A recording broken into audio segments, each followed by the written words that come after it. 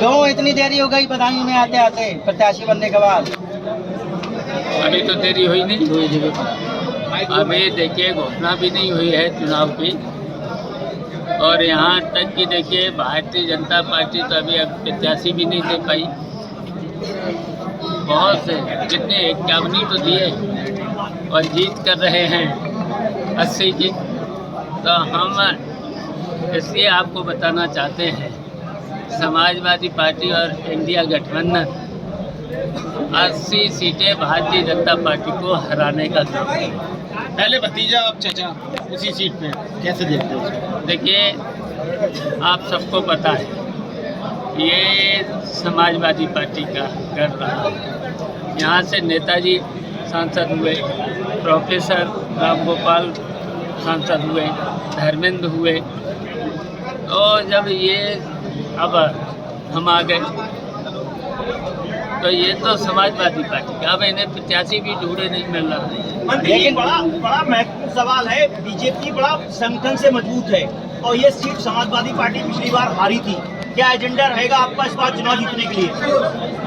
देखिए अब की बार पूरे देश से भारतीय जनता पार्टी हारेगी और यहाँ बदायूं तो जमानत नहीं बचेगी भारतीय जनता पार्टी के। सर समाज का नारा लगा रहे हैं, प्रत्याशी तो ढूंढे मिल नहीं रहे और इंडिया गठबंधन समाजवादी पार्टी ने तय कर लिया है 80 सीटों पर भी हरा है। सर ठीक चुनाव से पहले बीजेपी सीएए का बिल लेके आई है और अमित शाह जी कहते हैं कि ये बिल किसी भी तरीके से वापस नहीं होगा, तो आप इसे किस रूप में लेते हैं? देखिए भारतीय जनता पार्टी पे कोई मुद्दे तो है नहीं और भारतीय जनता पार्टी सत्ता में है, बड़ी घमंड में है, तो कुछ भी कर सकते हैं। तो केंद्रीय गृह मंत्री तो कहते हैं कि विपक्ष तुष्टीकरण की राजनीति कर रहे हैं। खड़े हो गए शेरवानी साहब के साथ में, कैसे साधेंगे उन्हें आप? देखिए अब हम आ गए, सुखपाल सिंह यादव आ गए यहाँ, तो सलीम शेरवानी हमारा साथ देंगे और जो भी रहे हैं उनको सबको हम ठीक कर लेंगे, मना लेंगे। जनता की भावना तो रूप से आपको स्वीकार नहीं कर पा रही है, तो कैसे दिल में उतरेंगे आप उनके? धर्मेंद्र यादव का भी नाम है उनके नाम। देखिए सब साथ रहे, सलीम शेरवानी हैं, जितने भी नेता हैं सबको मना लेंगे, उनके घर चले जाएंगे और सब ठीक रहेंगे। आप कह रहे हैं कि हम 80 की 80 सीटें यूपी में जीतेंगे 2000 हराएंगे, ये कह रहे हैं। आप जीतेंगे, मैं वही कह रहा हूँ आप मतलब हराएंगे, मतलब आप जीतेंगे। जीतने का हम हराएंगे। आप ये बताइए कि 2014 से केंद्र में मोदी जी की सरकार है, 2017 और 22 में प्रदेश में फिर से योगी जी दोबारा मुख्यमंत्री बने। आपका संबंध भी काफ़ी मधुर है योगी जी से, तो क्या ऐसा आपने किया है या क्या उन्होंने ऐसा गलत किया है जो आप 80 की 80 सीटें जीत पाएंगे? देखिए भारतीय जनता पार्टी के 10 साल में जितने भी जो कहा सब झूठ और झूठ के अलावा कुछ किया नहीं। अब यहीं बता दूं, बदायूं में हम बता दूं, एक काम इनका बता दूं। और समाजवादी पार्टी के जब नेताजी से लेकर प्रोफेसर से धर्मेंद्र से लेकर कितना विकास हुआ है, तो यहाँ एक काम बता।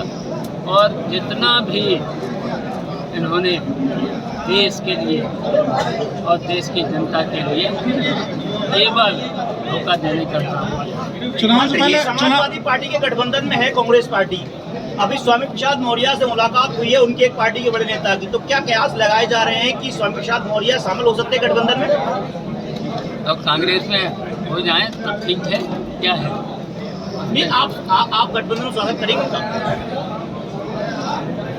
देखिए कांग्रेस में आ जाएं तो ठीक है। सर चुनाव से पहले अयोध्या जाएंगे?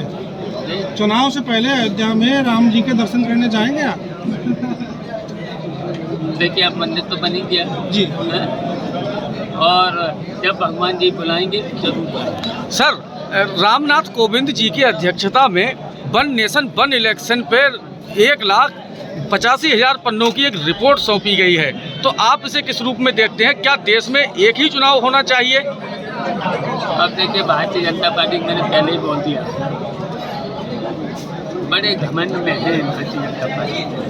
नहीं तो कई राजनीतिक दलों के साथ वार्ता करने के बाद ये रिपोर्ट तैयार हुई है ना सर। उन्होंने देखिए जितने वादे किए सब ठोकरे निकले, अभी तक इनका कोई वादा पूरा हुआ नहीं, केवल देश की जनता को भ्रमित किया, उससे देश बहुत पीछे गया और जनता को कोई लाभ नहीं मिला है भारतीय जनता पार्टी। और भारतीय जनता पार्टी जब बड़े सत्ता में है, बड़े घमंड में है, तो कुछ भी कर सकते हैं।